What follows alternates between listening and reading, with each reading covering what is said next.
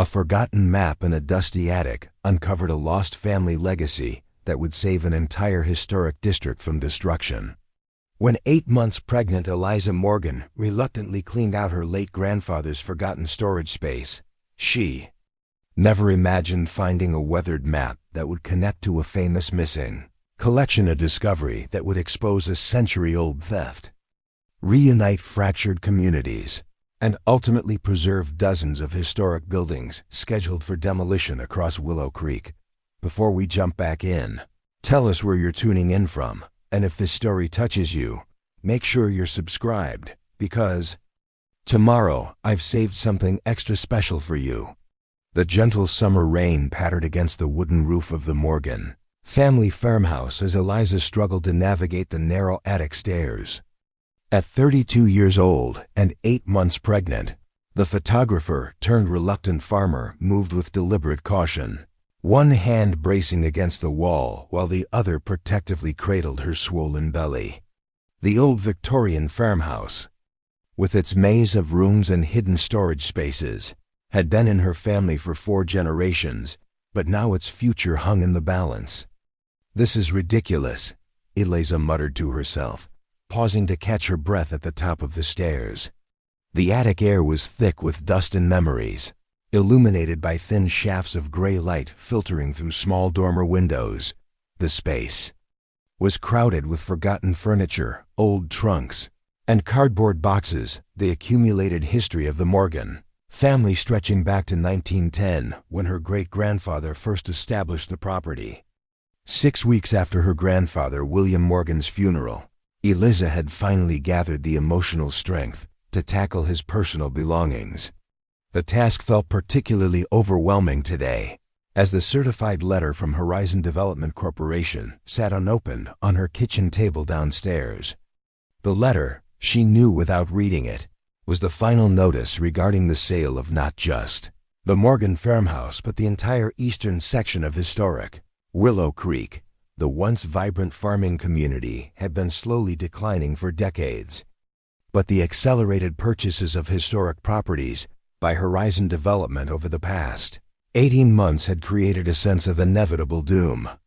The corporation's plan to demolish the historic district and replace it with a modern commercial complex had been approved by the city council 3 months ago, with only the final property acquisitions remaining. The Morgan farm, with its strategic location at the district's edge, was among the last holdouts. "Another fine mess," Eliza sighed, her grandfather's favorite expression slipping easily from her lips. She pulled the cord on a bare light bulb, casting harsh shadows across the forgotten relics of her family's past. Her destination within this maze of memories was her grandfather's old steamer trunk, which reportedly contained his most personal items. As the last living Morgan, following her parents' death in a car accident 5 years earlier, the responsibility of preserving or discarding these mementos fell solely to her. The trunk sat beneath the attic's lowest eave, partially hidden behind a dusty rocking horse that Eliza recognized from her childhood. The brass fixtures, once bright and gleaming, had tarnished to a dull patina that matched the worn leather straps encircling the wooden chest. Eliza's fingers traced the engraved initials WM as a wave of grief washed over her. William Morgan had been more than just her grandfather. After her parents' death, he had become her anchor, her confidant, and her closest family. His sudden heart attack 3 months ago had left her adrift, returning reluctantly to the family farm from her photography career in New York, just in time to say goodbye. The pregnancy, the result of a relationship with a fellow photographer who had made it clear he wanted no part of fatherhood, had complicated her grief and her future plans. Now, with the baby due in just weeks and the farm's fate seemingly sealed, Eliza felt the weight of endings and beginnings pressing down upon her with equal force. Kneeling awkwardly beside the trunk, Eliza used a small key from her pocket to unlock the tarnished brass clasp. The lid creaked open, releasing the familiar scent of her grandfather's pipe tobacco mixed with old paper and leather. On top lay his weathered journal. its pages filled with the meticulous handwriting that had recorded decades of farm life, weather patterns, and personal observations. Beneath it were bundles of letters tied with faded ribbon, photographs in cracked frames, and various small mementos that had marked significant moments in his 92 years. As she carefully sorted through these treasures, setting aside items to keep and those to donate, Eliza's fingers brushed against something unexpected at the bottom of the trunk. Tucked beneath a layer of old newspapers was a cylindrical leather case, its surface cracked with age but still intact. Unlike the other items in the trunk, this case seemed deliberately hidden, as if her grandfather had wanted it preserved but not easily found. Curiosity piqued, Eliza carefully extracted the case and examined it in the dim attic light. The leather was high quality, though weathered by time, with no identifying marks or labels visible. When she uncapped one end, a roll of thick parchment slid into her waiting hands. Unrolling it carefully, Eliza gasped as a detailed map spread before her. The map, hand-drawn in faded ink, depicted what she immediately recognized as Willow Creek, though the layout was different from the town she knew. Buildings were marked with small sketches and notations, property lines clearly delineated, and at various points, small symbols appeared that meant nothing to her at first glance. In the corner, the date 1924 was inscribed alongside an unfamiliar signature, Sebastian Foster, town surveyor. What on earth? Eliza murmured, her fingers tracing the carefully drawn streets and landmarks. Some matched her knowledge of Willow Creek's history, but others, including a large structure marked Foster Museum, were unfamiliar to her despite her family's long residence in the area. Most intriguing were the small star symbols scattered across several properties, including one prominently placed on what appeared to be the Morgan farmhouse.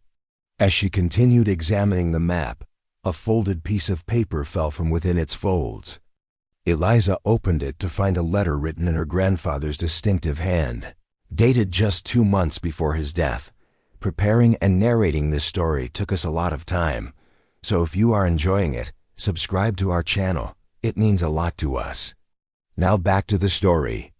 My dearest Eliza, if you are reading this, I have left this world without resolving the matter that has troubled me most of my life. This map came to me through my father, who received it from old Sebastian Foster himself in 1945. The stars mark the locations of the Foster collection, 12 priceless artifacts from the Revolutionary War era that rightfully belonged to the town of Willow Creek. When Sebastian died suddenly, the collection vanished, and with it, the funding that would have established our town as a historical landmark. For decades, rumors persisted that Mayor Buchanan of that era had stolen the artifacts, though nothing was ever proven. The truth, as I discovered too late in my life, is far more complex. The collection wasn't stolen, it was hidden piece by piece across our historic district by Sebastian himself when he suspected foul play. He created this map as insurance but died before revealing its significance. I've spent years quietly searching our property but found nothing. Perhaps fresh eyes will see what I could not. The Foster collection isn't just valuable monetarily, it's the missing piece of our town's history. The legal basis for the historical protection that could save Willow Creek from developers like Horizon. I failed to find it in time, but perhaps you will succeed where I could not. With all my love and faith in you, Grandpa William. Eliza's hands trembled as she reread the letter. Her grandfather, always pragmatic and straightforward, had never mentioned anything about hidden artifacts or historical mysteries.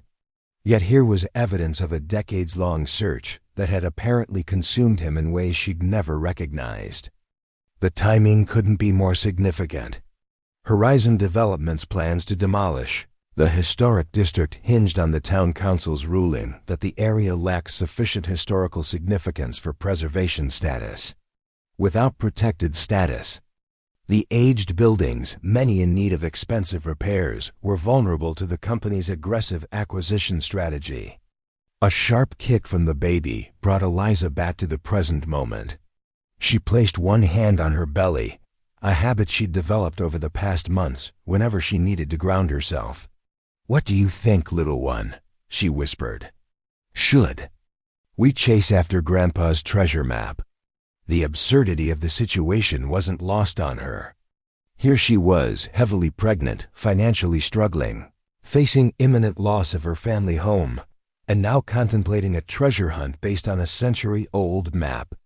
Yet something about the earnestness of her grandfather's letter resonated deeply. He had never been one for flights of fancy or wild goose chases. If William Morgan believed the Foster collection was real and significant, there was likely truth to it. Carefully rolling the map and returning it to its case, Eliza decided her first step needed to be research. If the Foster collection was as historically significant as her grandfather suggested, there should be records of it somewhere. Her old friend Marcus Chun now worked as the town librarian and historical society volunteer. If anyone could help navigate Willow Creek's past, it would be him. As she made her way carefully back down the attic stairs, the unopened letter from Horizon Development seemed to mock her from the kitchen table. Eliza had been postponing the inevitable, knowing that the financial reality of maintaining the farm alone, while preparing for a child, made the developer's offer nearly impossible. To refuse, despite her emotional attachment to her family home. With newfound purpose, Eliza snatched up the envelope and tore it open. The contents were exactly as expected: a final offer for the property, a deadline of 2 weeks for acceptance, and a thinly veiled reminder that declining would leave her fighting Horizon's legal team over various zoning and code violations they'd identified on the aging property. The letter was signed by Harrison Wells, Horizon's chief acquisition officer, whose signature appeared on dozens of similar notices across Willow Creek over the past year. His reputation as the company's closer was well established. Where initial offers failed, Harrison Wells was dispatched to ensure properties were acquired by whatever means necessary. Eliza placed the letter aside with fresh determination. 2 weeks wasn't much time to unravel a century-old mystery, especially in her condition, but her grandfather's final request deserved her best effort. After a quick shower to wash away the attic dust, she changed into a comfortable dress that accommodated her pregnancy and grabbed her car keys. The rain had intensified as Eliza drove through Willow Creek's historic district, once the vibrant heart of a prosperous farming community. The area now showed visible signs of decline. Many storefronts stood empty, their windows covered with "for sale" signs bearing the Horizon Development logo. The few businesses still operating seemed to exist in defiance of the inevitable rather than with any real hope for the future. Eliza parked in front of the Willow Creek Library, a stately brick building donated to the town in 1905 by a wealthy patron. Its classic architecture and prominent position on Main Street had made it one of the few buildings Horizon planned to preserve repurposed as the sales center for their new development. The irony wasn't lost on Eliza as she hurried through the rain toward the entrance. Inside, the library retained its old-world charm despite budget cuts that had reduced its operating hours and staff. The scent of old books and polished wood enveloped Eliza as she made her way to the reference desk, where Marcus Chun was assisting an elderly patron. At 34, Marcus had returned to his hometown after a promising academic career was derailed by family obligations, a path not dissimilar to Eliza's own unexpected return. When the patron departed, Marcus looked up with a warm smile that quickly transformed into genuine delight. "Eliza Morgan, I heard you were back in town, but I haven't seen you since the funeral." His eyes dropped to her pregnant belly, widening slightly, and with news apparently. Eliza managed a rueful smile. "Life's full of surprises lately. Do you have a few minutes to talk? I need your expertise on Willow Creek history." Marcus glanced around the nearly empty library and nodded. "For you, always. Let's go to the local history room where we can talk freely." He led her to a small room at the back of the library, its walls lined with maps, photographs, and glass. Cases containing artifacts from the town's past. A large table dominated the center, currently covered with documents Marcus had been cataloging. "So," he said after they were seated, "what brings you to the historical archives?" "Planning a family. Tree for the little one." Eliza hesitated, then decided complete honesty was necessary. "I found something in Grandpa's attic. Something that might change everything for Willow Creek." She carefully removed the map case from her bag and slid the parchment free. Marcus's professional demeanor shifted instantly as he recognized the document's age and potential significance. With careful hands, he unrolled the map on a clear section of table, using book weights to hold the corners. His eyes scanned the detailed rendering of Old Willow Creek, widening as he noted the date and signature. "This is incredible," he breathed. "An original Sebastian Foster survey map. These are incredibly rare. Most were destroyed in the town." "Hall fire of 1958, his finger traced the detailed renderings. "And look at these notations. I've never seen these symbols on any other Foster map." Eliza explained her grandfather's letter and the supposed connection to the missing Foster collection. As she spoke, Marcus's expression shifted from academic interest to growing excitement. "The Foster collection isn't just a local legend, Eliza. It's documented history, though most sources claimed it was stolen or sold off during the Depression." He moved to a filing cabinet and extracted a thin folder. Sebastian Foster was a wealthy surveyor who amassed an impressive collection of Revolutionary War artifacts with direct connections to Willow Creek's founding families. His plan to establish a museum to house them would have put our town on the map as a historical destination. He spread several newspaper clippings on the table. One, dated 1932, showed a distinguished elderly man standing proudly beside a display case containing what appeared to be antique weapons and documents. The headline read, "Foster Collection to Establish Willow Creek as Historical Landmark." When Foster died in 1946, the entire collection vanished, Marcus continued. The prevailing theory was that Mayor Buchanan had them sold secretly to cover town debts during the post-war recession. Without the collection, Willow Creek lost its chance at historical landmark status and the tourism economy Foster had envisioned. Eliza studied the clippings with growing interest. "And you believe my grandfather's story? That Foster hid the artifacts himself?" Marcus considered this thoughtfully. "It's certainly plausible. Sebastian was known to be paranoid about security, especially in his later years. And Mayor Buchanan's sudden wealth after Foster's death always raised questions." He tapped the map gently. "If these stars truly mark hiding locations, this could be the key to recovering a significant historical treasure and potentially saving the historic district," Eliza added, explaining the clause in her grandfather's letter about historical protection. Marcus's expression grew serious. "He's right about that. If we could recover even part of the Foster collection with provenance intact, it would establish an irrefutable historical significance that development companies like Horizon couldn't legally bypass." A sense of urgency settled over them both. Marcus checked his watch. "The library closes in 30 minutes, but I can make copies of anything that might help us understand the collection better." As Marcus gathered materials, Eliza studied the map more closely. The star marking the Morgan farmhouse was located specifically on what she knew to be the old stone barn, a structure her grandfather had always been strangely protective of, refusing to modify or repurpose it despite its deteriorating condition. By the time they left the library, armed with copied articles and historical references, the rain had stopped, leaving the streets of Willow Creek glistening in the late afternoon sun. They agreed to meet at the Morgan farm the following morning to begin investigating the barn.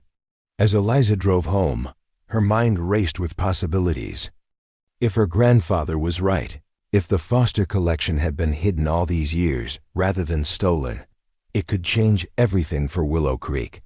The historical district might be saved, her family home preserved, and the community given a second chance at the future Sebastian Foster had envisioned nearly a century ago. The baby kicked energetically, as if sharing her excitement. "I know," Eliza murmured, patting her belly. "It's a long shot. But Grandpa William believed it was possible, and that's good enough for me." At home, Eliza spread the map and materials across her kitchen table, studying them late into the night. The Morgan Farm star was just one of 12 marked locations across Willow Creek's historic district. Each property was either already owned by Horizon Development or, like hers, in final acquisition stages. The pattern suggested Sebastian Foster had deliberately hidden pieces of his collection across properties owned by families he trusted, creating a distributed security system that would require cooperation to reassemble. As midnight approached, Eliza reluctantly packed away the materials. Tomorrow would bring the first real test of her grandfather's theory, a search of the stone barn that had stood on Morgan land for over a century. If they found nothing, perhaps the map was merely an old man's fancy, a comforting mystery to distract from the inevitable loss of his family heritage. But if they found something, even one piece of the legendary Foster collection, it could be the first step toward saving not just the Morgan farm, but all of Willow Creek's threatened history. With one hand resting protectively on her unborn child, Eliza gazed out the kitchen window at the silhouette of the old stone barn, barely visible in the moonlight. "What secrets are you hiding?"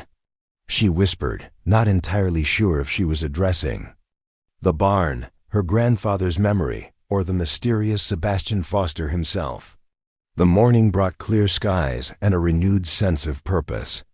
Eliza woke early, organizing the materials they'd gathered and preparing a thermos of tea for their barn exploration. The baby had been particularly active since dawn, as if sharing her anticipation of the day ahead. At precisely 9, Marcus's battered Honda pulled into the driveway. He emerged carrying additional research materials and what appeared to be professional-grade flashlights. His weekend attire, jeans and a faded Willow Creek Historical Society t-shirt, was a marked departure from his librarian formality. "I brought reinforcements," he announced, opening the passenger door to reveal a young woman with a camera around her neck. "This is Amelia Reyes, our local newspaper's only staff reporter. If we're going to find something that could challenge Horizon Development, we'll need documentation and publicity." Eliza greeted Amelia cautiously. The Willow Creek Gazette had been largely supportive of the development plans, highlighting potential jobs and economic growth rather than historical preservation concerns. As if reading her thoughts, Amelia smiled reassuringly.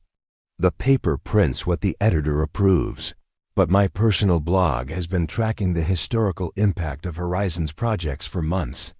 Finding even a piece of the Foster collection would be the story of a lifetime and exactly what the preservation movement needs."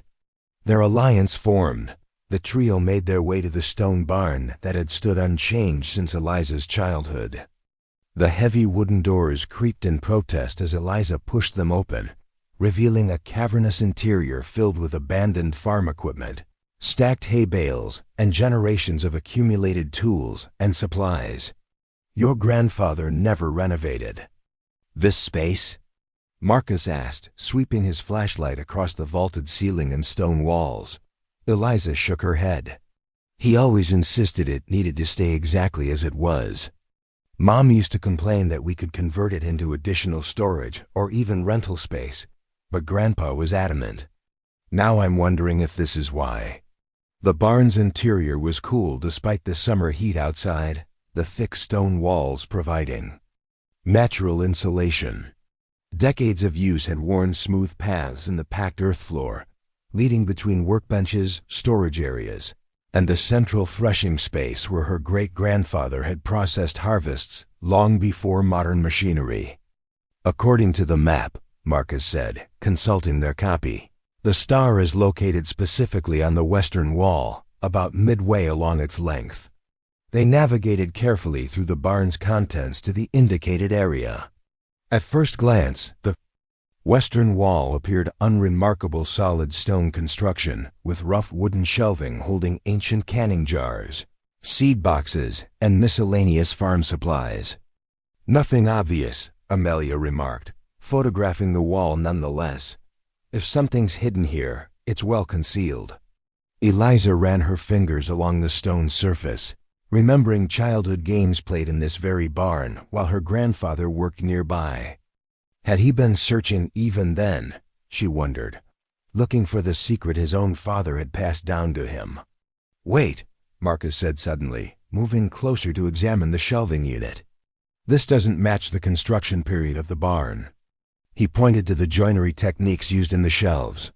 "This woodworking style is from the 1940s, not the 1890s when the barn was built."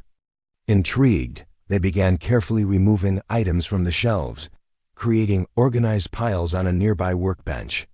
As they emptied the bottommost shelf, Eliza noticed what appeared to be inconsistent spacing in the stonework behind it.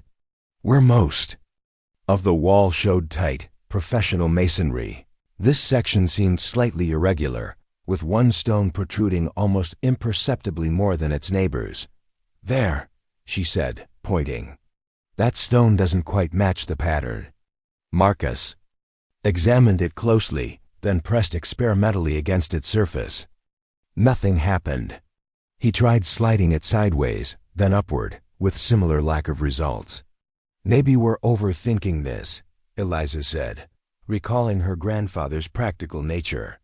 She knelt awkwardly beside the shelf, her pregnancy making the position uncomfortable, and simply pulled straight outward on the irregular stone. With a soft grinding sound, the stone slid forward, revealing a small cavity behind it. Inside lay a metal box, approximately the size of a thick hardcover book, its surface tarnished but intact. Eliza's hands trembled slightly as she carefully extracted it from its hiding place. The box bore no external markings or locks, secured simply with a tight-fitting lid. Eliza placed it on the workbench and, with Marcus and Amelia watching intently, carefully pried open the top. Inside, nestled in what appeared to be the remains of a silk handkerchief, lay a tarnished silver powder horn. Intricate engravings covered its surface, depicting scenes of early American settlements and Revolutionary battles. Near the wider end, a name and date were clearly visible. Cap James Morgan, 1776. "Oh my God," Marcus breathed, leaning closer without touching. "The artifact. That's a Revolutionary War powder horn, and it belonged to a Morgan, your ancestor?" Eliza nodded slowly, memories of family stories surfacing. "James Morgan was my great-grandfather. He served under Washington and was one of Willow Creek's founding settlers after the war." She looked up at Marcus in amazement. "This must be one of the 12 pieces of the Foster collection." Amelia was already photographing the powder horn from multiple angles. "This is incredible. A documented Revolutionary War artifact with direct connection to a founding family. Hidden for decades in the exact location marked on a historical map, this is preservation gold." Beneath the powder horn lay a folded piece of paper, the handwriting faded but legible. Eliza carefully unfolded it to reveal a note in spidery script. "This powder horn, carried by Captain James Morgan throughout the Revolution and present at Yorktown, stands as item 1 of the Foster collection. 11 more pieces await discovery, scattered for safekeeping across trusted properties. When danger has passed, reunite them at the place where Willow Creek began." Sebastian Foster, 1945. The implication was clear. Their discovery was just the beginning. 11 more artifacts remained hidden throughout Willow Creek's historic district, each presumably with similar historical significance and connections to the town's founding families. "We need to document everything properly," Marcus insisted, his historian's training evident. "Provenance is crucial if we're going to use this to challenge Horizon's development plans." As Amelia continued photographing, Eliza's phone rang. The screen showed an unfamiliar local number. She answered cautiously, stepping away from the others. "Ms. Morgan?" A polished male voice inquired. "This is Harrison Wells from Horizon Development. I was hoping to schedule a time to discuss our offer in person. Perhaps this afternoon?" Eliza's pulse quickened. Harrison Wells, Horizon's notorious closer, was already making his move 2 weeks before the official deadline. His timing couldn't be coincidental. "I'm afraid today doesn't work for me, Mr. Wells," she replied, working to keep her voice steady. "I'm quite busy with personal matters." "Of course," he responded smoothly. "Preparing for a baby is time-consuming. Perhaps tomorrow?" "I don't mean to pressure you, but certain aspects of our offer are time-sensitive. Properties like yours with, shall we say, maintenance challenges, require special handling." The thinly veiled threat wasn't lost on Eliza. Horizon was known for using building code violations as leverage against reluctant sellers, particularly those with limited financial resources to address them. "I'll need the full 2 weeks to consider your offer properly, Mr. Wells. I'll contact you when I'm ready to discuss terms." A brief silence followed before Wells responded, his tone noticeably cooler. "As you wish, Ms. Morgan. But I should mention that our assessment team noticed several structural issues with your barn that might interest the county inspector. Historical value aside, safety concerns could necessitate immediate action." The call ended with polite but empty pleasantries, leaving Eliza with no doubt that their timeline had just shortened dramatically. If Wells was threatening building inspections, they had days, not weeks, to find enough evidence to secure historical protection. She rejoined Marcus and Amelia, explaining the situation. Wells mentioned the barn specifically. Somehow they know or suspect something about its historical significance. Marcus frowned. "It's not surprising. Horizon has been thoroughly researching every property they acquire. They may have encountered references to the Foster collection in their own historical due diligence." "Which means," Amelia added grimly, "they're not just buying properties for development. They could be actively working to ensure the collection remains lost or worse, acquiring it secretly to remove the historical protection threat." The possibility added new urgency to their search. If Horizon was indeed aware of the Foster collection's significance, the remaining artifacts might be at risk, particularly those hidden in properties already under the developer's control. "We need to move quickly," Eliza decided. "The map shows 11 more locations. How many are already owned by Horizon?" Marcus consulted their notes. 8 properties have already been acquired. The remaining 3, including your farm, are in final negotiations. "Then we focus on those 3 first," Eliza said, her hand unconsciously moving to her belly as the baby shifted. "Starting with the closest one, the old Wilson property on Maple Street." As they carefully returned the powder horn to its box and secured it in Eliza's house safe, a plan began to form.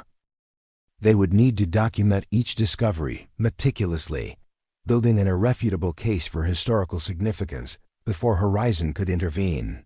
More importantly, they would need allies, other property owners and community members willing to challenge the development giant. The baby kicked vigorously, as if endorsing Eliza's newfound determination.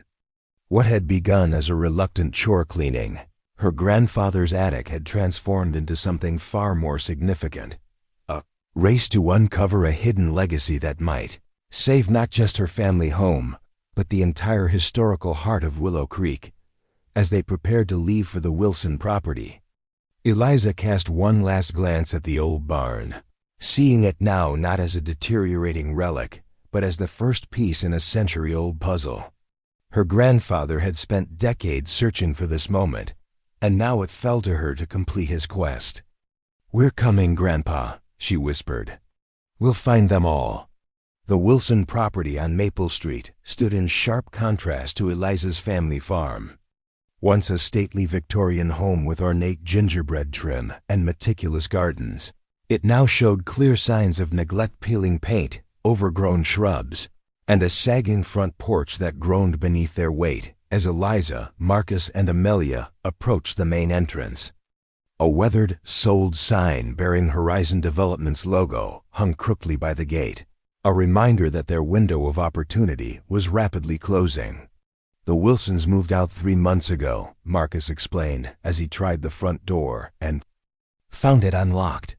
Robert Wilson held out longer than most, but medical bills after his wife's cancer treatment left him with few options. The house's interior smelled of dust and abandonment. Faded rectangles on the wallpaper marked where family photos had once hung, and indentations in the worn carpet revealed the ghostly footprints of furniture recently removed.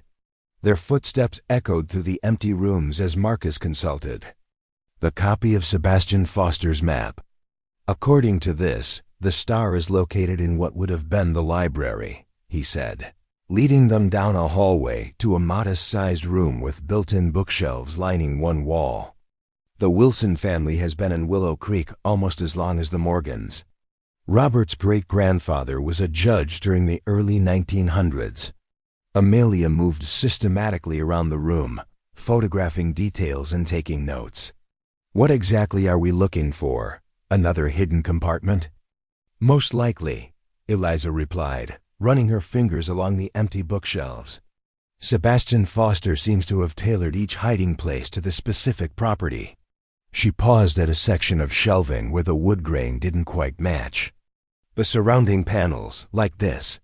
The panel, disguised to blend with the adjacent shelving, slid sideways when Eliza applied gentle pressure to its edge. Behind it lay a small cavity similar to the one in her grandfather's barn. Inside, wrapped in a deteriorating cloth bag, was an ornate silver snuff box approximately 3 inches square. Marcus carefully extracted it, placing it on a dusty windowsill, where the natural light revealed intricate engravings across its surface. The lid featured a courthouse building surrounded by 13 stars, and inside the box was inscribed, "Presented to Judge Thaddeus Wilson by President Madison. 1815.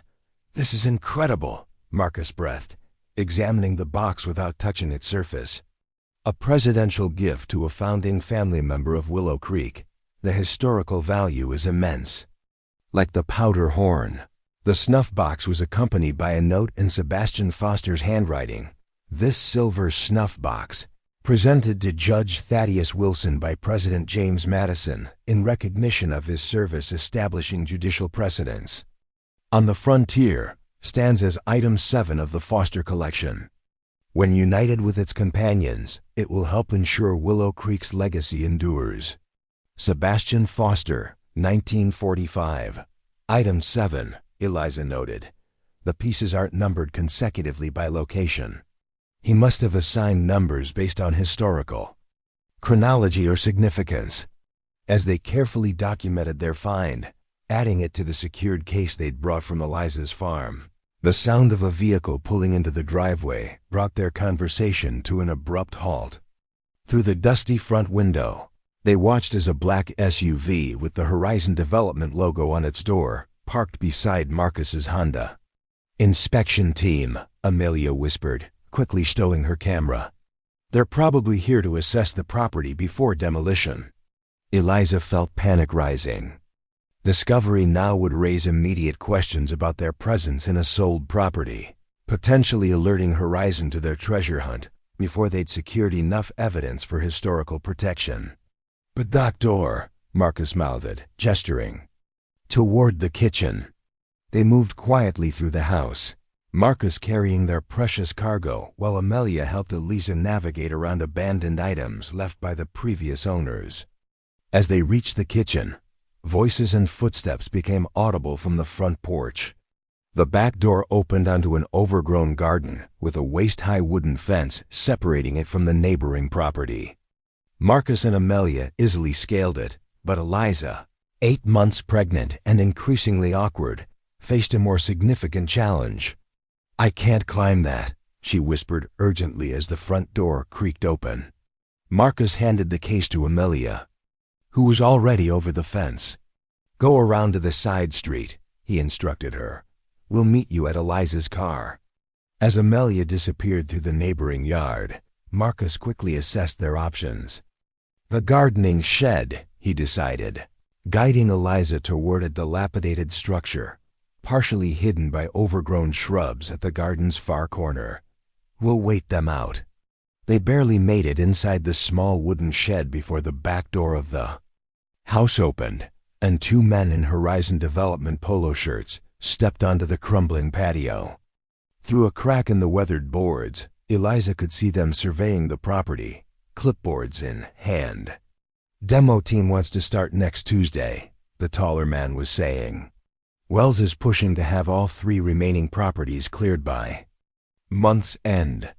"Wilson Place is ready to go," his colleague replied, making notes.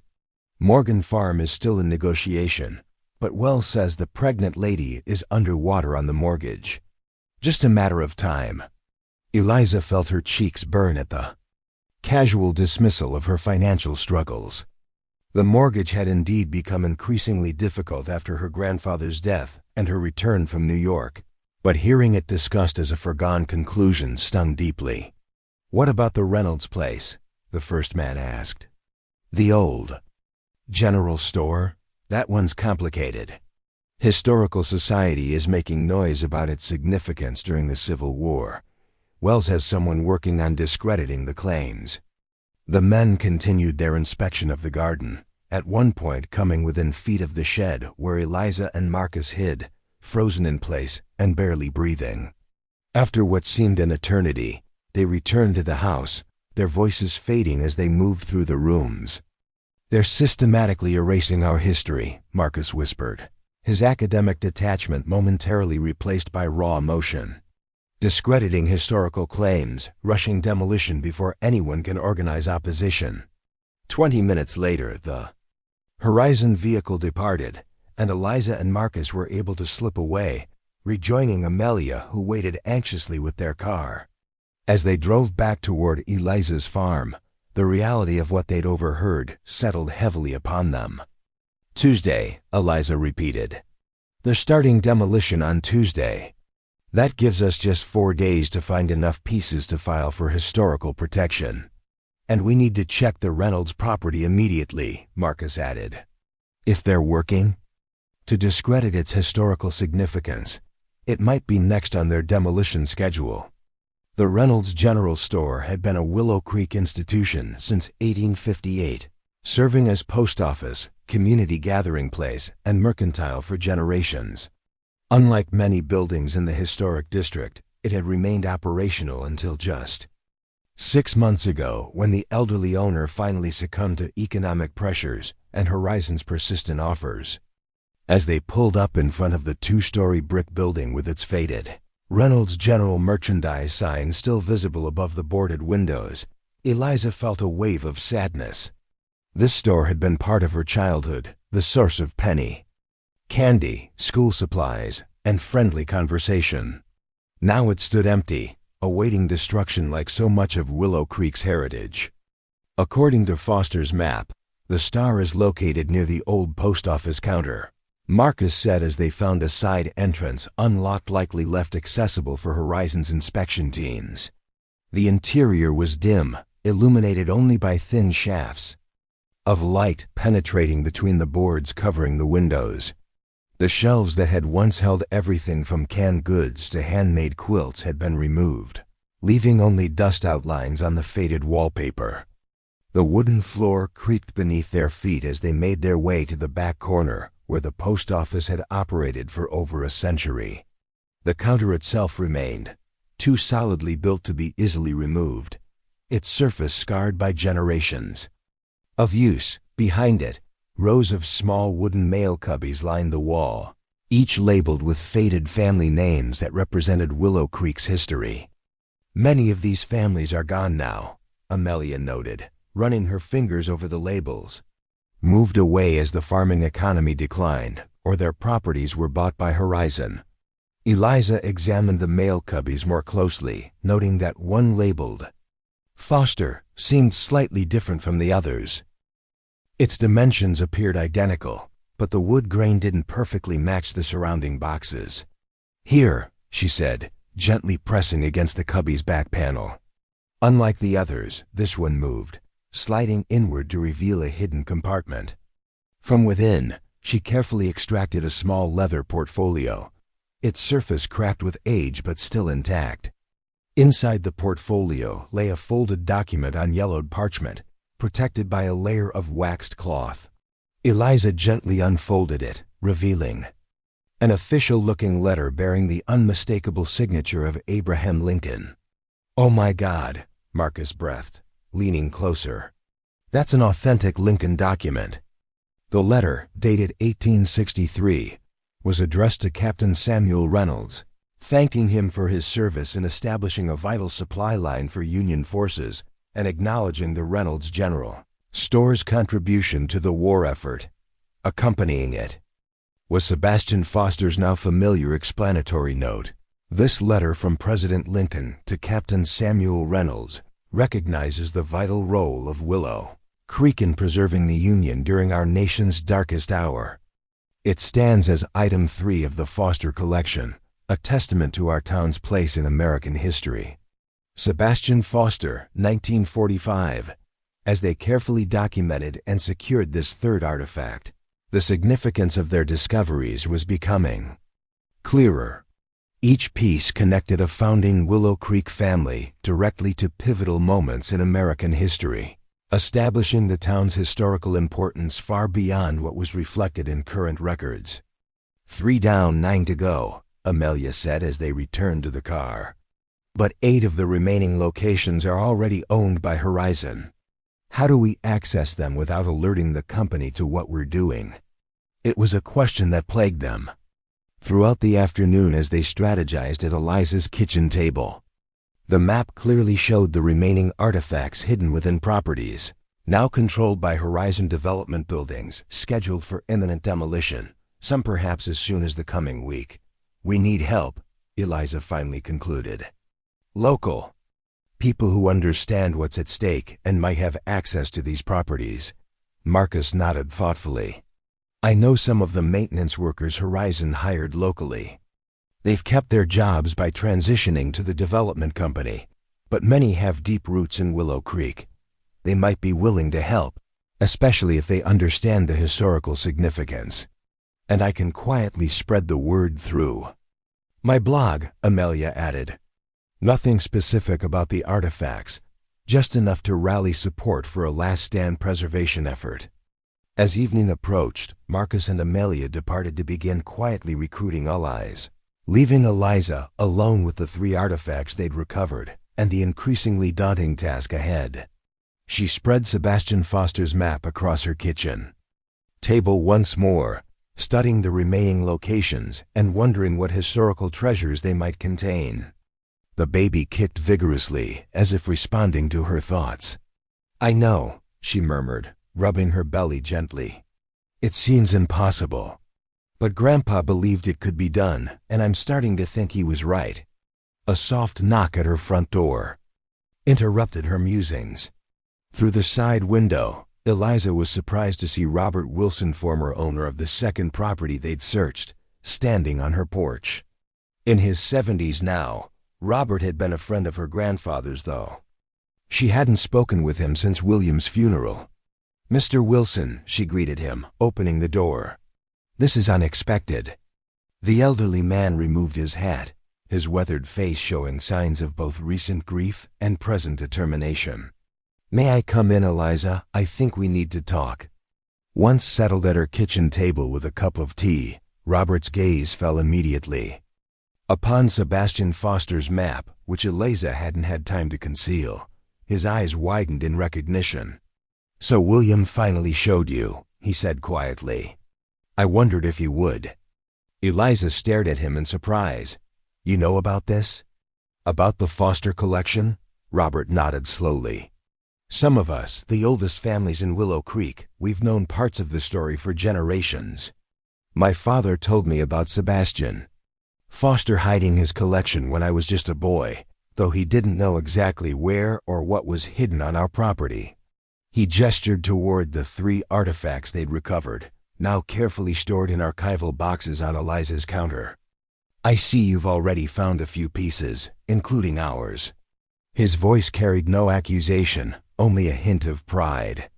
The snuff box has been a Wilson family legend for decades, though none of us knew exactly where to look.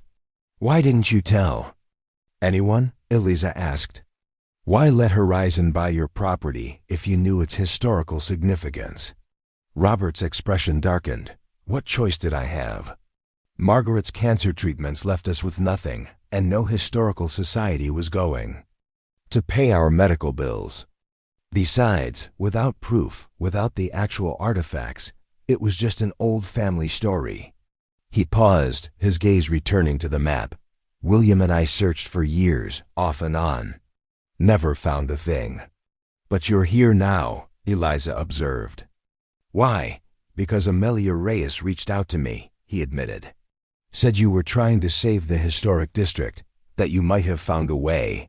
I didn't know she meant the Foster collection, but if that's what this is about.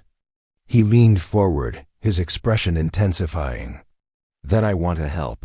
This town was my family's home for 6 generations. I sold the property because I had to, not because I wanted to see it demolished. Eliza felt a weight lifting from her shoulders. Robert Wilson wasn't just a potential ally. He was a direct connection to one of the founding families, someone whose knowledge might prove invaluable in their search. We could use your help, she acknowledged, especially with accessing the properties Horizon already owns. We have just days before they begin demolition. Robert's mouth set in a determined line. I still have friends in this town.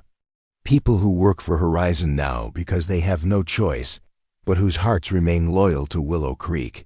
Let me make some calls. By the time Marcus and Amelia returned that evening, Eliza's kitchen had become an impromptu command center.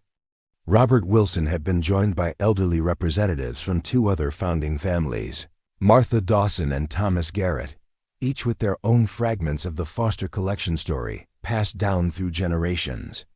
My grandmother used to tell me that Sebastian Foster visited our house just weeks before he died, Martha was explaining. Said he had secured our family's legacy, whatever that meant. The house has been gone for 30 years, now first sold when my parents passed, then demolished for a parking lot that never materialized.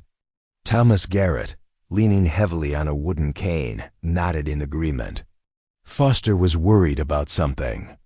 In those final months, my father said he'd become convinced that certain powerful interests were trying to erase Willow Creek's historical significance to make way for industrial development. He chuckled dryly. Seems he was about 70 years ahead of his time in that concern. Marcus spread out additional historical documents he'd retrieved from the library archives. According to these records, Sebastian Foster had been collecting historical artifacts related to Willow Creek's founding families for decades. His museum was fully planned architectural drawings, exhibit layouts, everything when he died suddenly in 1946. Heart attack officially, Robert Wilson interjected. Though there were always rumors about foul play, especially after Mayor Buchanan suddenly came into money right afterward. The conversation continued late into the night as they pieced together fragmentary family stories and historical records, creating a more complete picture of Sebastian Foster's efforts to preserve Willow Creek's heritage and the forces that had opposed him. By midnight, they had developed a plan to locate and recover the remaining artifacts before Horizon's demolition teams could destroy their hiding places. We'll need to split into teams, Marcus suggested, marking the map with colored pins. 4 properties can be accessed tomorrow with help from Robert's contacts at Horizon. The others will require more creative approaches. Eliza, exhaustion beginning to take its toll after the day's excitement, found herself struggling to focus as the planning continued. The baby seemed particularly active tonight, responding to her heightened emotions with vigorous movement that occasionally made her wince. Martha Dawson noticed her discomfort. "You should rest, dear," she said gently. "That little one needs you strong for what's ahead." "I can't rest yet," Eliza protested. "Not when we're so close." "Eliza," Robert said firmly, "William wouldn't want you endangering yourself or the baby. We have enough people now to continue the search while you get some sleep." Reluctantly acknowledging the wisdom in their concern, Eliza agreed to retire, while the others finalized the next day's plans.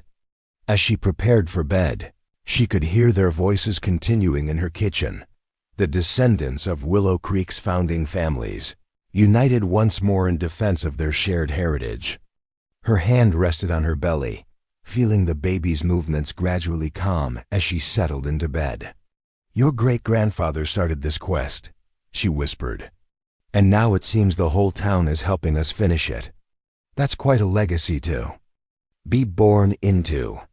As sleep began to claim her, Eliza found herself thinking about Harrison Wells, horizons determined closer, and what his reaction would be when he discovered their efforts. The man had built his career on acquiring reluctant properties, using whatever leverage necessary to close deals that benefited his company. But he had never faced an opponent like Sebastian Foster, a man whose foresight had created a historical treasure hunt spanning generations, designed specifically to protect Willow Creek from the very threat Horizon now represented. And Foster had never anticipated an unlikely champion like Eliza Morgan, 8 months pregnant, financially struggling and initially reluctant, yet now the linchpin in a community's fight to reclaim its heritage. Tomorrow would bring new challenges, new discoveries, and likely direct confrontation with Horizon development. But tonight, cradled in the same farmhouse where generations of Morgans had slept before her, Eliza felt something she hadn't experienced since returning to Willow Creek. Hope. Dawn broke over Willow Creek with golden light that seemed to energize their growing coalition. Eliza awoke to find her kitchen, transformed maps and documents organized into neat portfolios, laptops and phones charging, and the smell of fresh coffee permeating the house. Marcus had returned early, bringing reinforcements, 4 more local residents whose family connections to Willow Creek spanned generations, each with skills that might prove valuable in their treasure hunt. "Sleep well?" Martha Dawson asked, pressing a mug of herbal tea into Eliza's hands. At 82, Martha moved with surprising energy, her silver hair pulled back in a practical bun and her eyes sharp behind vintage cat-eye glasses. "Better than expected," Eliza admitted, accepting the tea gratefully. "Has everyone been here all night?" "Taking shifts," Martha explained. "Robert organized us into teams. We've already sent the first group out to the old courthouse. Carl Jenkins works on Horizon's maintenance crew and has legitimate access this morning." Eliza felt a momentary pang at being left out of the first search, but it was quickly replaced by gratitude for the community that had mobilized overnight. These people, many of whom she'd known her entire life, but had never truly appreciated, were risking their jobs and potentially legal consequences to save their town's heritage. Marcus approached with a tablet displaying a spreadsheet. "We've identified all 12 locations from Foster's map and assigned teams based on access possibilities. 3 artifacts recovered so far, with Team 1 working on the 4th at the courthouse. If we're lucky, we'll have half the collection by nightfall."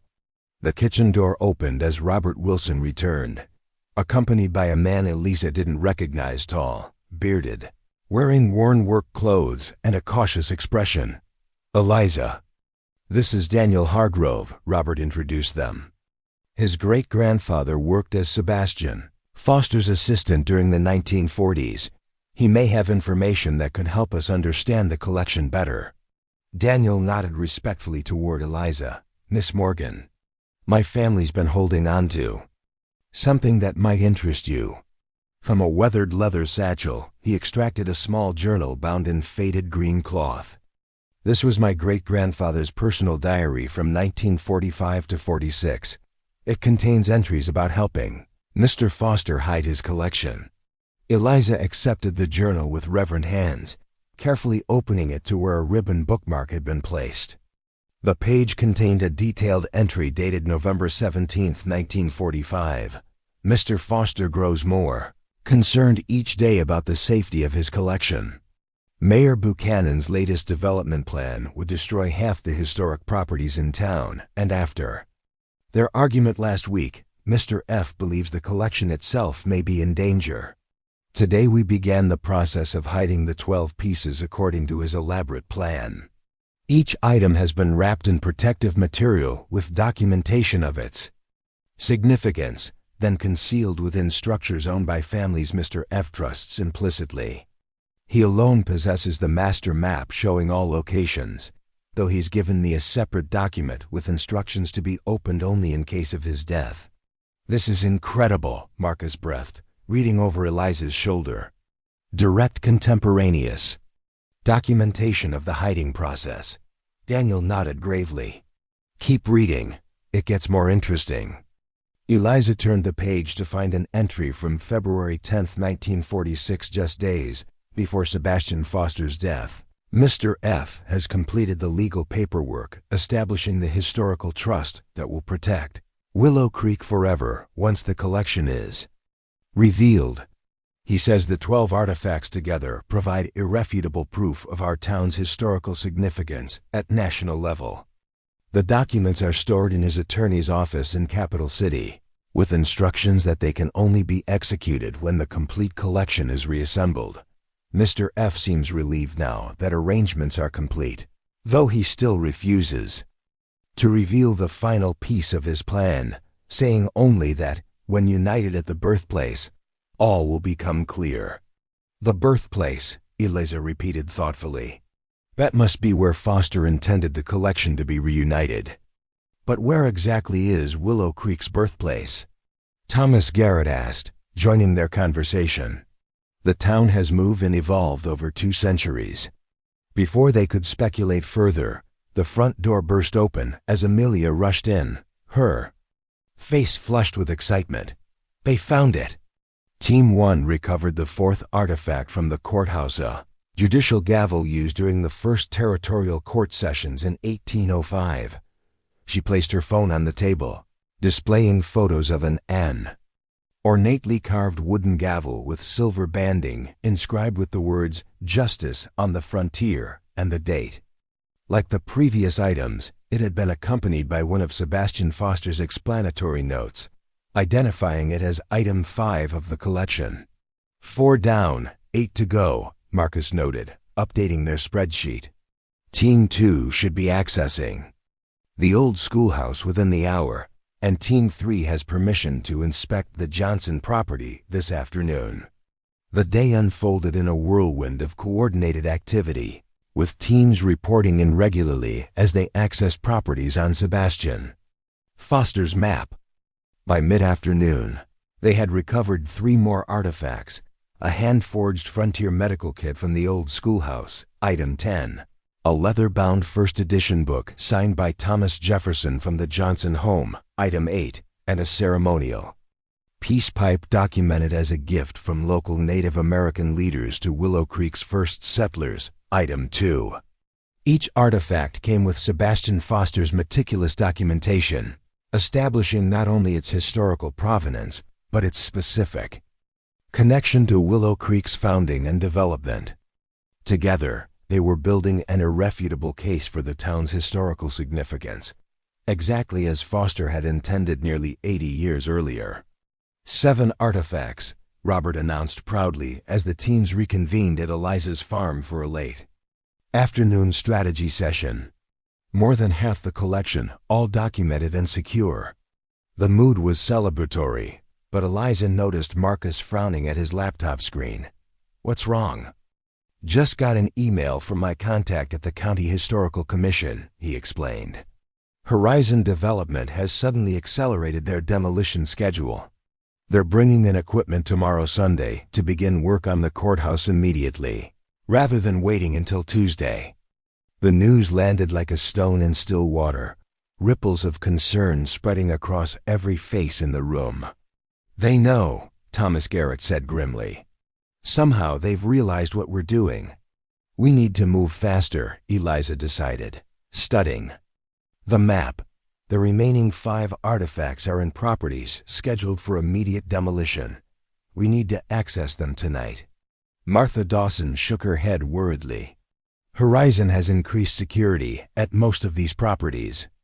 Private guards were installed this morning at the courthouse, schoolhouse, and Thompson building. Which means they don't know exactly what we're looking for, just that we're searching their properties, Amelia reasoned. Otherwise they'd have secured all the locations on Foster's map. Robert Wilson cleared his throat. There's another problem. Harrison Wells has called an emergency meeting with the town council tomorrow morning. My source says he's bringing documentation allegedly proving that Willow Creek's historical claims have been exaggerated, arguing against any last-minute preservation attempts. The room fell silent as the implications sank in. Wells wasn't just accelerating demolition. He was actively working to undermine any historical protection claims before they could be filed. He's thorough, I'll give him that, Thomas muttered, burning the boats behind him. Eliza felt the baby shift restlessly, as if sensing her rising determination. 7 artifacts with solid documentation were impressive, but Sebastian Foster's notes consistently referred to the collection's significance when complete. They needed all 12 pieces to make their case unassailable. We need to split into teams again, she decided. But this time, we focus on the remaining locations simultaneously, tonight after dark. Concerned glances were exchanged around. The room. Eliza, Martha said gently. That's trespassing. Possibly breaking and entering. Some of these people could lose their jobs or face criminal charges. I know, Eliza acknowledged. Which is why I'll be leading one of the teams myself. I won't ask anyone to take risks I'm not willing to take personally. Absolutely not, Marcus protested. You're 8 months pregnant. You can't be breaking into buildings in the middle of the night. This was my grandfather's quest, Eliza replied firmly, and my family's legacy. I'm not sitting this out. Before the argument could continue, Eliza's phone rang with an unknown number. She answered cautiously, putting it on speaker. Ms. Morgan, Harrison Wells here. The smooth voice carried clearly through the room, causing several people to stiffen. I was hoping to speak with you about our offer. Mr. Wells, Eliza responded, striving to keep her voice steady. As I mentioned yesterday, I'm still considering your proposal and will respond within the time frame provided. Yes, well, circumstances have changed, Wells continued, his tone deceptively casual. I've become aware of certain activities involving properties already acquired by Horizon Development. Trespassing, unauthorized searches, removal of items from secured buildings. Very concerning. Eliza exchanged alarmed glances with the others. I'm not sure what you're referring to, Mr. Wells. Let's not play games, Ms. Morgan. The pretense of cordiality vanished from his voice. Whatever you and your friends are looking for in these buildings, it legally belongs to Horizon now. The properties and everything within them were purchased in good faith. Historical artifacts with significance to the community, Eliza began, but Wells cut her off. If such artifacts existed and were of genuine historical value, they would have been properly documented and registered with relevant authorities decades ago. His tone hardened further. I'm calling as a courtesy before involving law enforcement. Whatever treasure hunt you believe you're conducting ends now, or there, will be consequences beyond simply losing your family farm. The call ended abruptly, leaving a tense silence in Eliza's kitchen. Robert was the first to speak. He's bluffing about law enforcement, the elderly man said confidently. If Wells had solid legal ground, he'd have deputies here already. He doesn't know exactly what we're looking for, or he have mentioned the Foster collection specifically. But he knows enough to accelerate demolition and increase security, Marcus pointed out. And he's working to discredit any historical claims. Preemptively, Eliza placed both hands on her belly, feeling the baby's movements as she considered their options. Well's threat had only strengthened her resolve. "We continue as planned," she decided. "Teams of 3, targeting the 5 remaining locations tonight. We need the complete collection before Well's meeting with the town council tomorrow morning." Despite continued concerns about her participation, Eliza insisted on leading the team assigned to the Thompson building, once a prominent bank that her grandfather had specifically mentioned in his journals. With Marcus and Daniel Hargrove as her teammates, they waited until just after midnight before approaching the 3-story stone structure that had once been Willow Creek's financial center.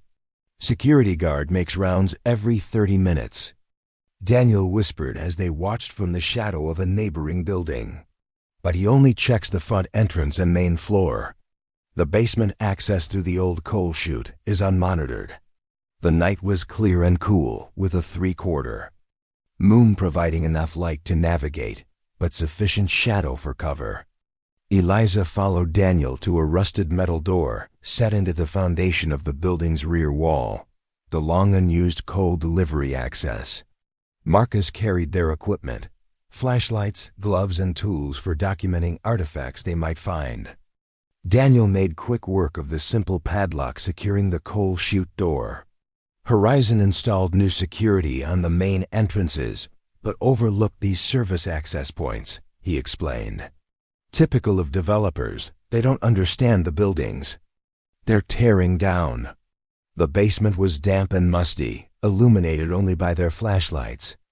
Ancient coal dust still darkened the floor near the chute, while the remainder of the space had been used for storage and mechanical systems. Their footsteps echoed despite their attempts at quiet movement. "According to Foster's map, the star is located near the old vault," Marcus whispered, consulting his copy by flashlight. They made their way carefully through the basement toward a massive circular door that had once secured the bank's valuables. The vault itself had been emptied decades ago when the bank relocated, but the door remained too heavy and integrated into the building's structure to be easily removed. "Look at this," Eliza said, her flashlight beam illuminating the vault's complex locking mechanism. Unlike the rest of the basement, this area appeared recently disturbed, with fresh scratches around the dial and handwheel. "Someone's been trying to access it," Daniel observed. "Recently. Horizon's people?" Marcus suggested. "Or someone else who knew what might be hidden here," Eliza replied, running her fingers along the vault's edge. "The question is, did they succeed?" Daniel examined the mechanism closely. "Doesn't look like it. The scratches suggest failed attempts to force it.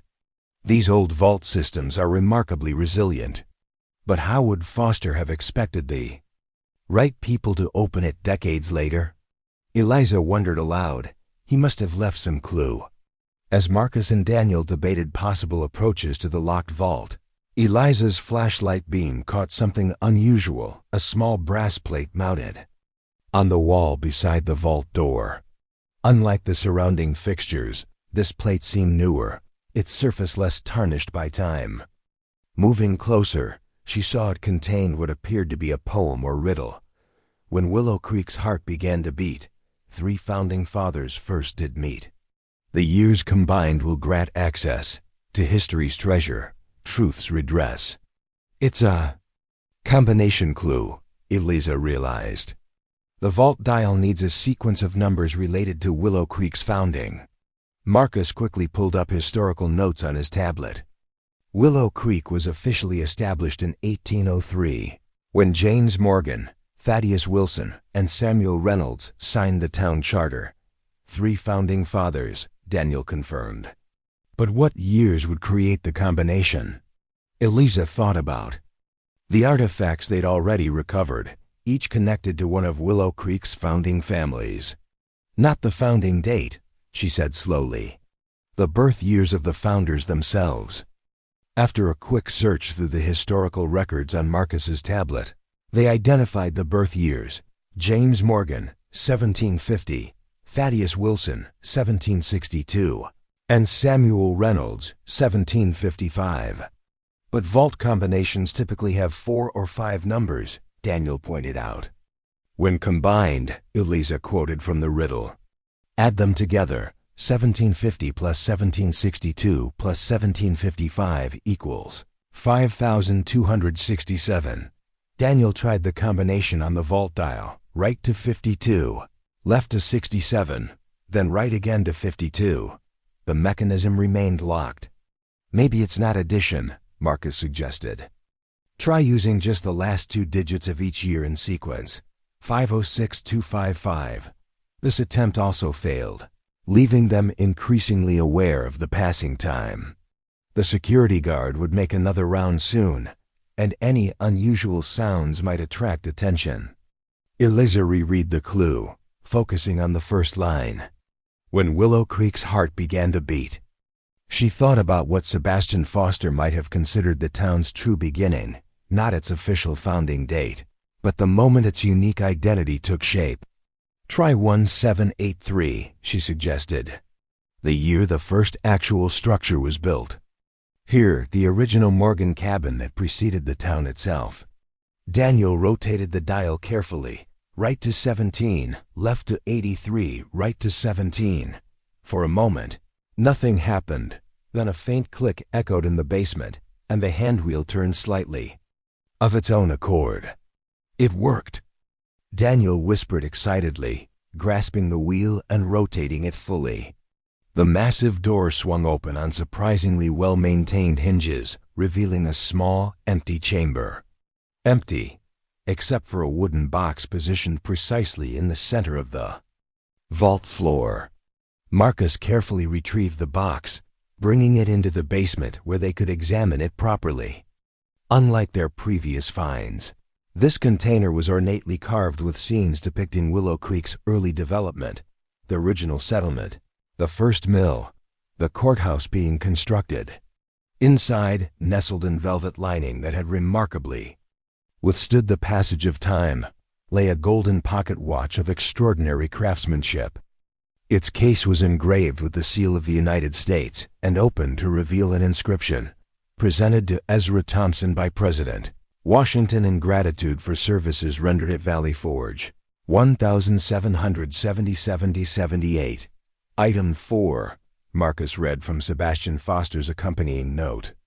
This timepiece, carried by Washington himself before being gifted to Ezra Thompson, grandfather of Willow Creek's first banker, represents our town's connection to the very founding of America. When reunited with its 11 companions at the canyons at the birthplace, it will secure our legacy for generations to come. As they carefully documented and secured the pocket watch, a noise from above made them freeze.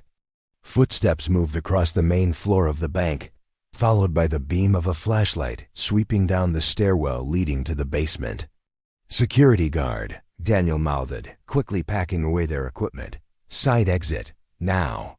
They made their way silently toward a different door than the one they'd entered through, emerging into an alley just as the guard's flashlight beam reached the basement floor.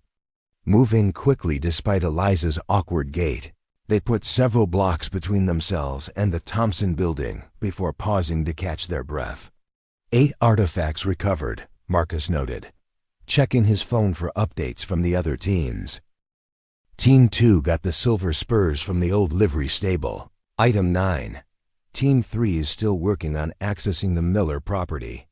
The night continued with mounting tension as they coordinated via text messages with the other search teams. By 3 a.m., they had recovered 10 of the 12 artifacts, each with its documentation intact, each establishing another thread in the historical tapestry Sebastian Foster had woven decades earlier. The final 2 locations proved most challenging. The Miller property, once a prominent doctor's home, had been completely gutted by Horizon's crews, its interior walls removed in preparation for demolition. Team 3 reported that the hiding place indicated on Foster's map no longer existed, the structural element likely already destroyed.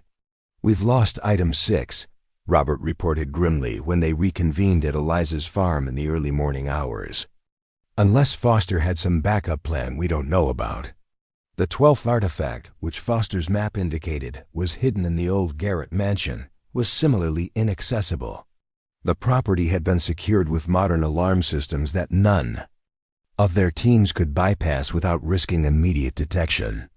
So we have 10 artifacts, Martha summarized, looking over their collection now arranged carefully on Eliza's dining table. Is that enough to establish historical significance? Marcus looked uncertain. Foster's notes consistently refer to the collection being complete. There may be something about having all 12 pieces that's legally significant. Daniel Hargrove had been reviewing his great-grandfather's journal while the others talked. There's something here, he said suddenly. An entry from just after Foster's death.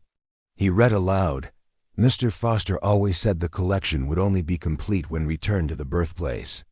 His lawyer confirmed today that the trust documents specify all 12 artifacts must be physically present at the original location to activate the Historical Protection Covenant. Without this, the legal arrangements remain dormant. So we need all 12 pieces at the birthplace wherever that is, Eliza concluded. And we need this before Wells meets with the town council at 9 a.m. Thomas Garrett cleared his throat. There's something I haven't mentioned. Something my father told me years ago that seemed like just another family story. He leaned forward, his voice dropping as if sharing a secret. Sebastian Foster didn't just hide 12 artifacts. He created a 13th, a master key that would reveal the collection's full significance when brought to the birthplace. All eyes turned to the elderly man as he continued. The story goes that before he died, Foster visited each of the founding families one last time, sharing a rhyme or riddle about this master key. My father could only remember fragments. When all seems lost and hope grows dim, return to where it all begins. The first light shines on sacred ground, where Morgan's will shall yet be found.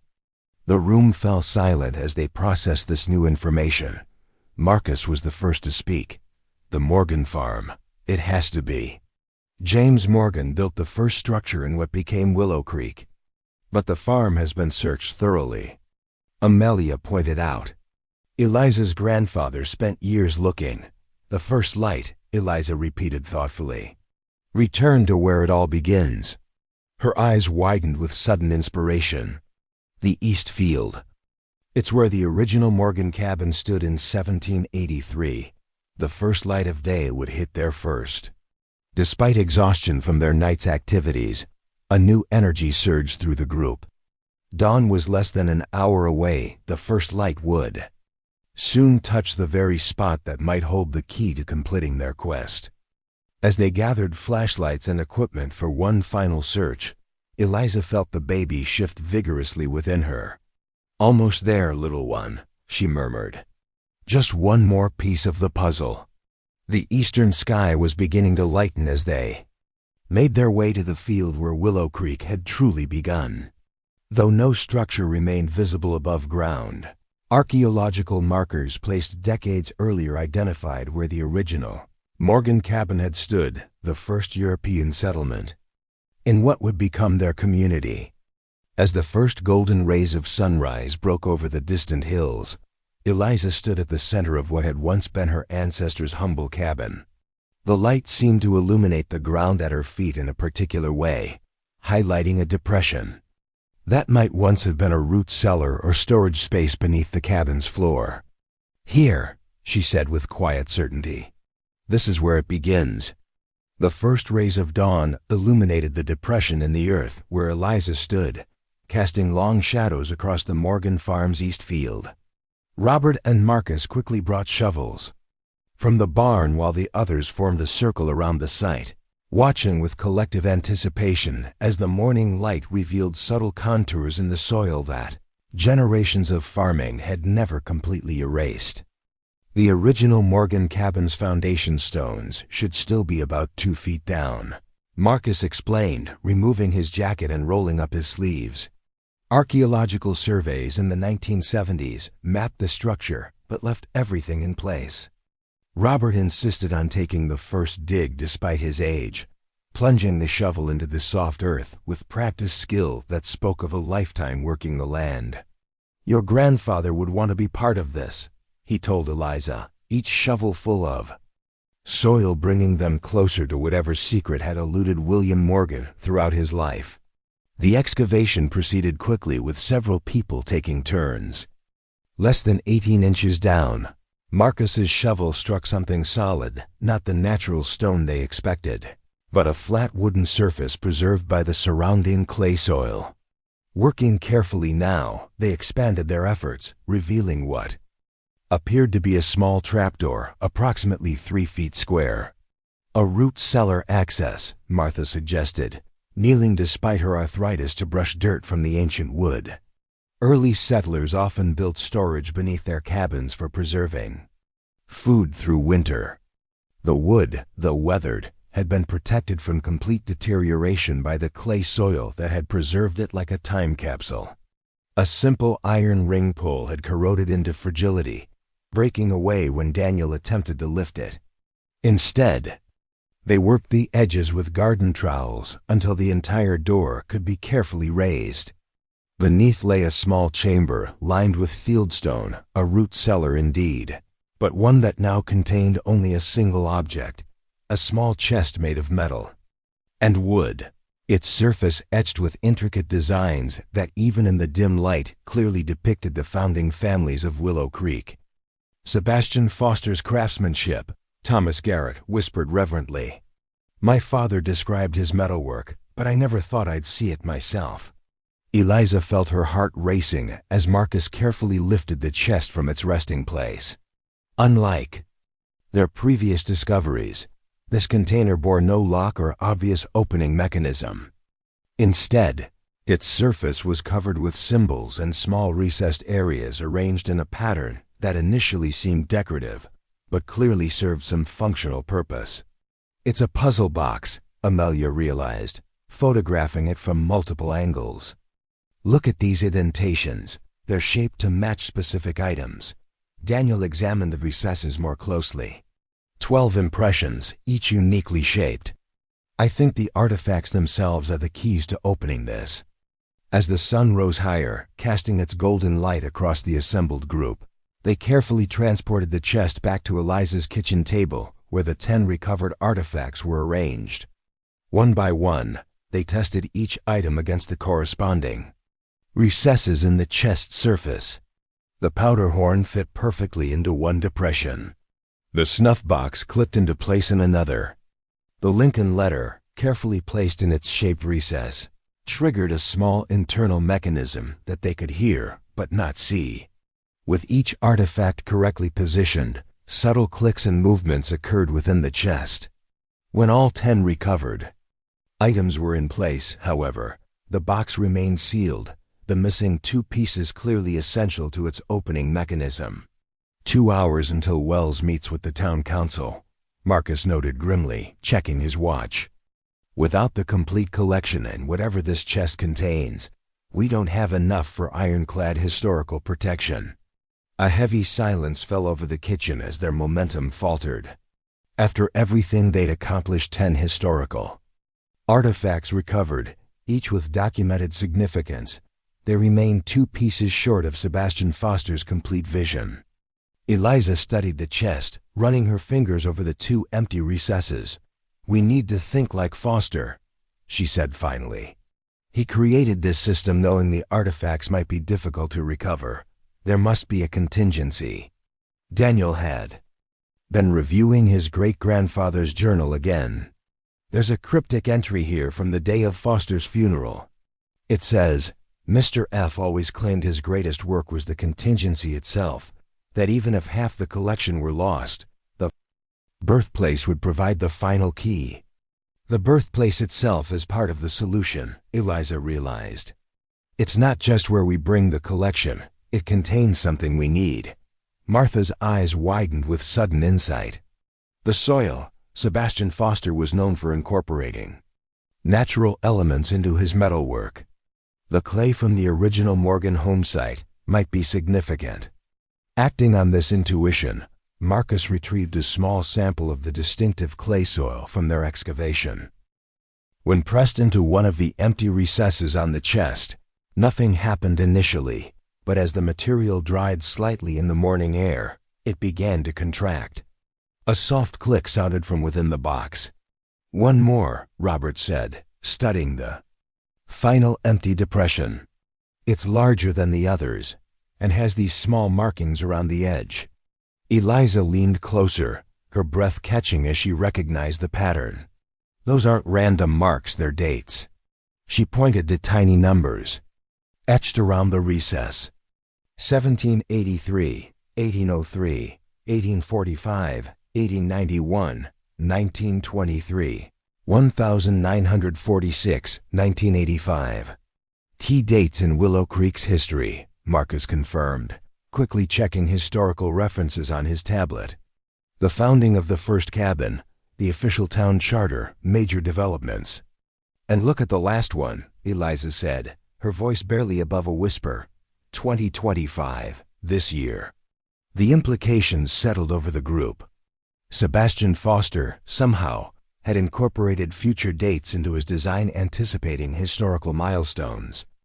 Decades in advance, including, perhaps, this very moment. He wasn't just preserving history, Amelia said in awe. He was connecting it through time, linking generations of Willow Creek residents in a single continuity. Thomas Garrett, who had been quietly observing, suddenly spoke.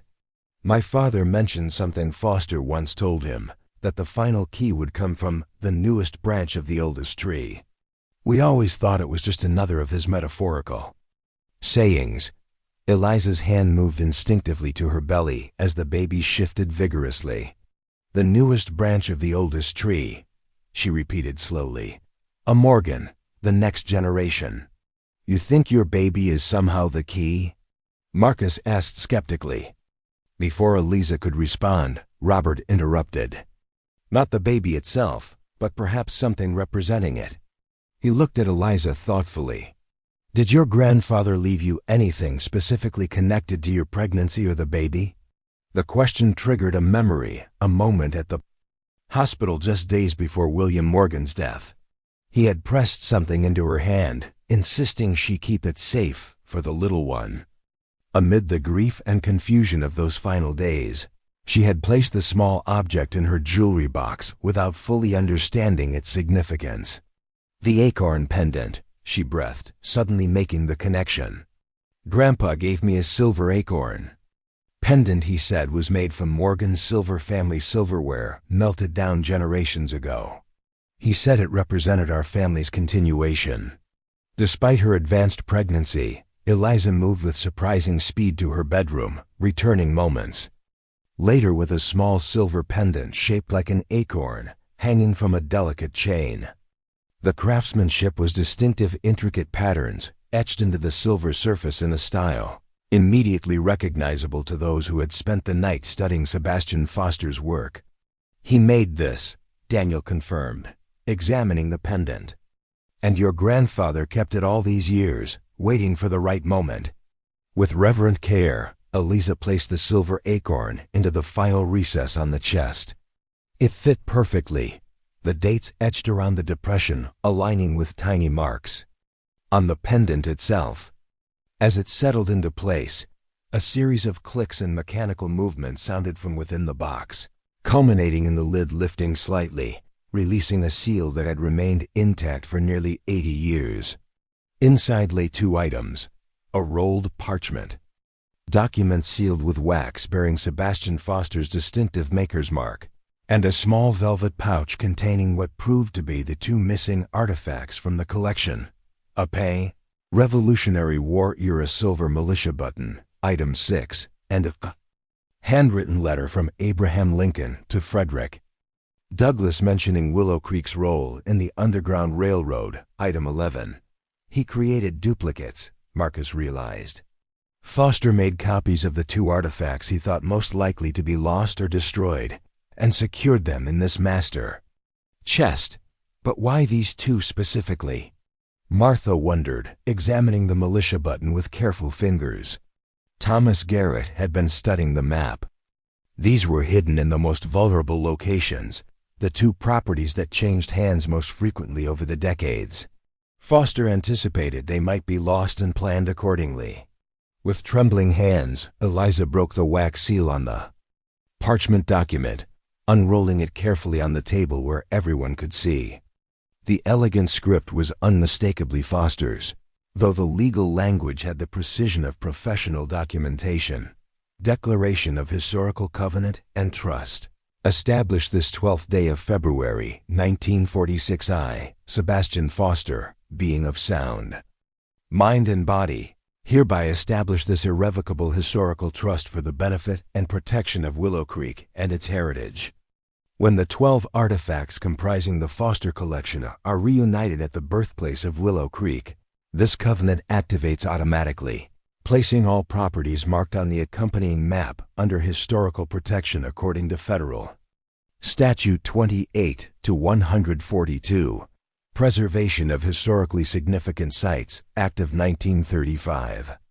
The collection, through the attached documentation and provenance, establishes Willow Creek's exceptional historical significance through direct connections to the founding of the United States, the Revolutionary War, the establishment of frontier justice, the preservation of the Union during the Civil War, and westward expansion, each artifact connecting a founding family of Willow Creek to pivotal moments in American history. This trust has been registered with the Federal Historical Commission, with instructions that it remains dormant until the complete collection is documented as assembled at the original Morgan homestead site. At such time, the protections become immediately active and cannot be revoked by local governmental action. May those who discover this trust understand that a community's heritage is its greatest treasure, linking generations through shared history and common ground.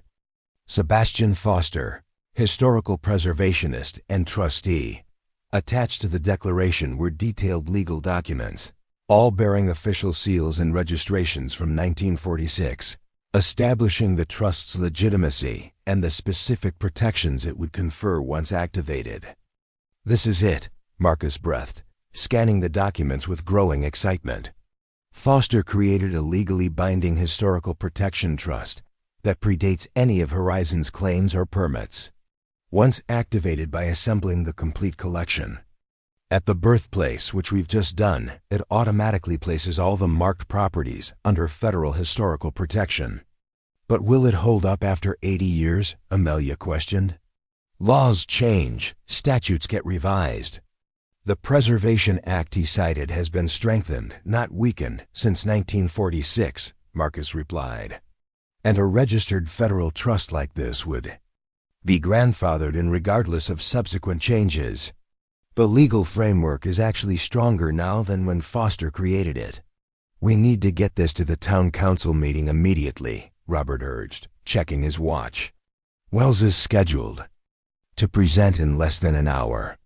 Moving with renewed purpose, they carefully packed the complete Foster collection, all 12 artifacts with their documentation, along with the original trust documents and Sebastian Foster's map. Eliza insisted on bringing her grandfather's journal as well, completing the chain of custody that linked Sebastian Foster's original vision to their present-day discovery. The town hall was already filling with spectators when they arrived. Word had spread quickly through Willow Creek about the historical discoveries, drawing curious residents and supportive community members. At the front of the room, Harrison Wells sat with Horizon Development's legal team, their expressions darkening as Eliza and her allies entered with their carefully packed evidence. Mayor Patricia Simmons, a third-generation Willow Creek resident who had reluctantly supported Horizon's development plans after believing there was no viable alternative for the struggling town, called the emergency session to order. "Before we begin, I understand Mr. Wells has requested time to address concerns about historical preservation claims that have recently emerged," the mayor announced, gesturing toward the Horizon representative. Wells rose smoothly, his tailored suit and confident demeanor designed to intimidate. "Thank you, Mayor Simmons, council members. I'll be brief. Horizon Development has invested considerable resources into revitalizing Willow Creek's economy. Through our comprehensive development plan, which was approved by this very council after thorough review. He activated a sleek presentation on the chamber's display screen. Recently, unfounded rumors have circulated about supposed historical significance that might impede our progress. Our research team has thoroughly investigated these claims and found them to be largely exaggerated folklore without substantiating evidence. Wells displayed charts showing economic projections, job creation estimates, and tax revenue forecasts, all designed to remind the council of the financial benefits Horizon promised. While respecting Willow Creek's heritage, we must be realistic about verifiable historical significance versus sentimental attachment to aging structures. The revitalization we offer provides a sustainable future rather than an unsustainable past. As he continued methodically undermining any historical preservation arguments, Eliza felt the baby shift restlessly within her. The movement reminded her of everything at stake, not just buildings and artifacts, but the living connection between generations, the continuity that Sebastian Foster had worked so diligently to protect. When Wells concluded his presentation, to murmured discussion among council members, Mayor Simmons asked if anyone wished to speak in opposition. Eliza rose awkwardly, her advanced pregnancy making the simple action a visible effort that immediately captured the room's attention. "My name is Eliza Morgan," she began, her voice stronger than she expected. "My family has lived in Willow Creek since 1783, when my ancestor James Morgan built the first permanent structure in what would become our community." She gestured toward the table where Marcus was carefully arranging the artifacts and documents. What Mr. Wells dismisses as folklore and sentiment is actually documented history of national significance.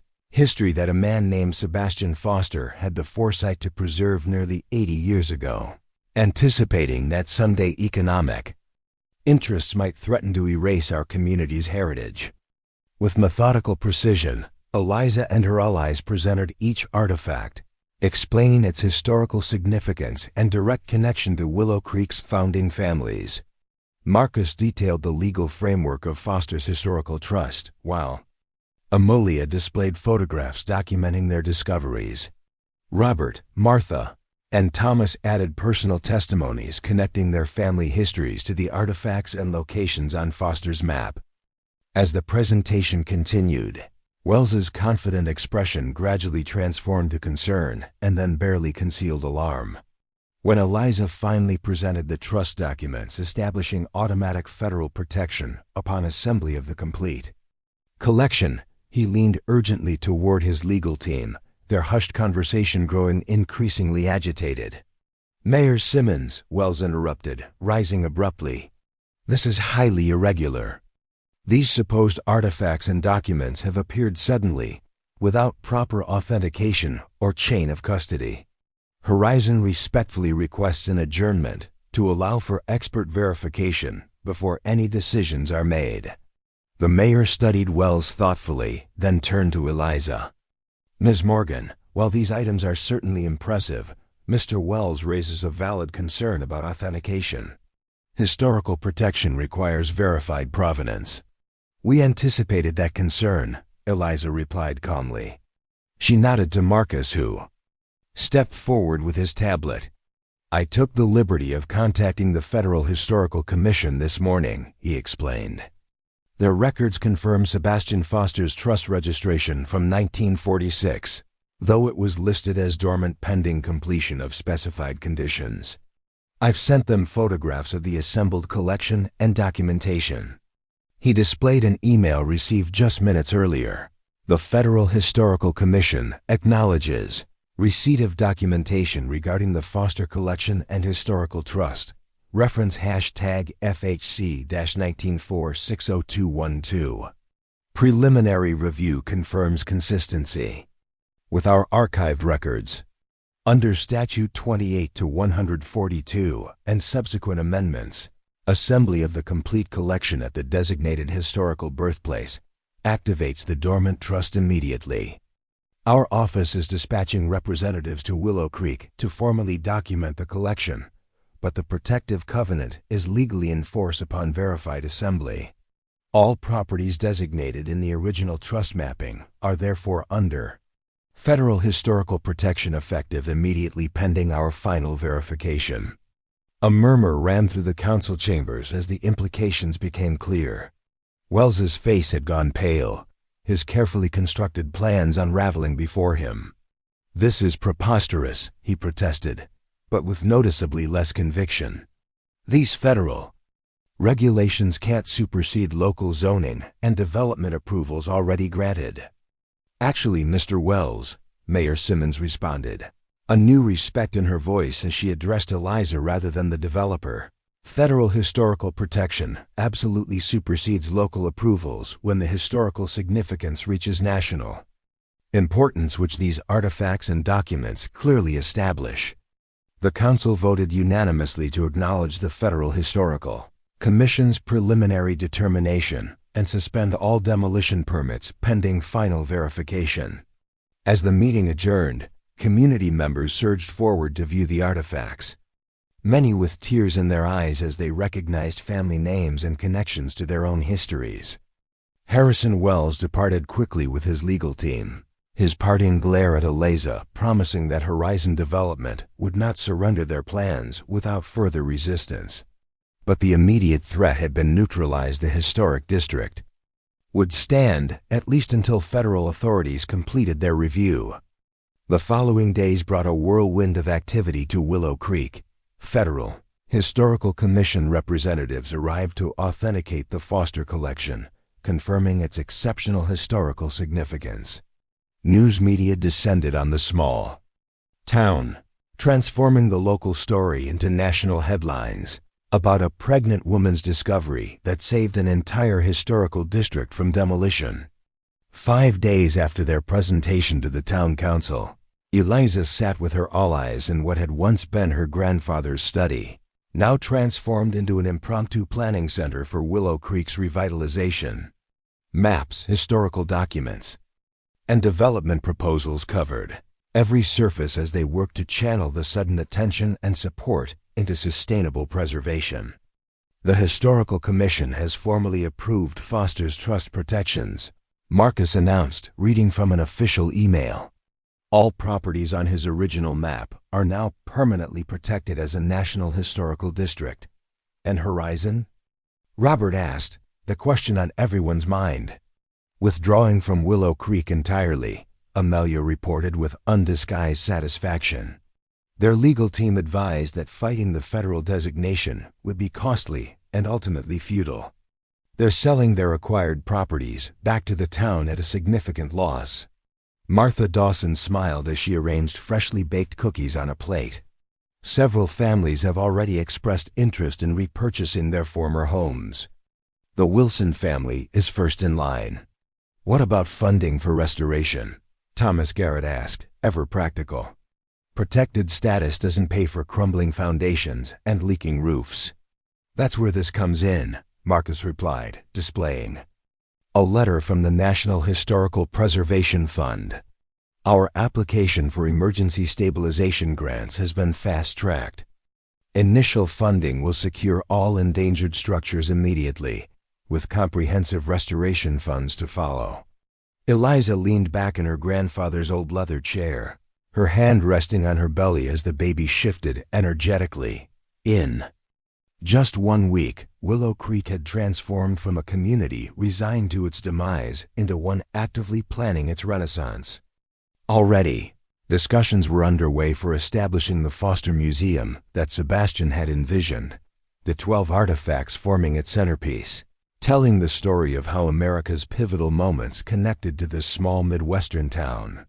"Your grandfather would be so proud," Martha said softly, placing a gentle hand on Eliza's shoulder. "He searched his whole life for what you found in just a few days." "I had help," Eliza replied, smiling at the assembled group. "From all of you.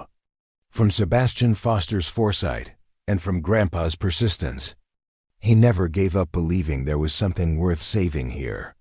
A sharp pain caused Eliza to wince, interrupting the conversation.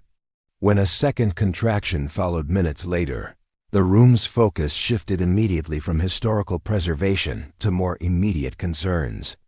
"I think the newest branch of the oldest tree is ready to make an appearance," Eliza said with a nervous laugh, as Robert immediately called for his car to be brought around.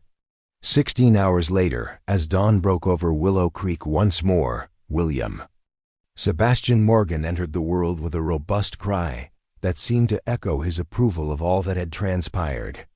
Named for his great-grandfather and the visionary whose work had preserved his heritage, the baby boy had arrived just as a new chapter was beginning for the community his ancestors had founded. 3 months later, on a perfect autumn afternoon, Eliza stood at the podium erected on the east field of the Morgan farm, now officially designated as Willow Creek's historical birthplace. Behind her, the restored foundation of the original Morgan cabin was visible, carefully preserved and protected by a simple pavilion that would form the starting point for historical tours. Before her stretched rows of seats filled with community members, media representatives, and officials from various historical preservation organizations. On the front row, Martha Dawson held baby William, who watched the proceedings with curious eyes that already seemed to hold an old soul's wisdom. "Nearly a century ago," Eliza began, her voice carrying clearly across the assembled crowd, "a man named Sebastian Foster recognized that a community's greatest asset isn't its buildings or artifacts, but the continuous thread of shared history that connects its people across generations." She gestured toward the newly established Foster Museum, housed in the restored Thompson building that had once been scheduled for demolition. "The 12 artifacts that now reside in our museum aren't valuable merely as historical objects. Their true worth lies in the stories they tell, stories of courage, innovation, justice, and perseverance that shaped not just Willow Creek but our nation itself." As Eliza continued her address, officially opening the Willow Creek Historical District to the public, she found herself reflecting on the journey that had brought them to this moment.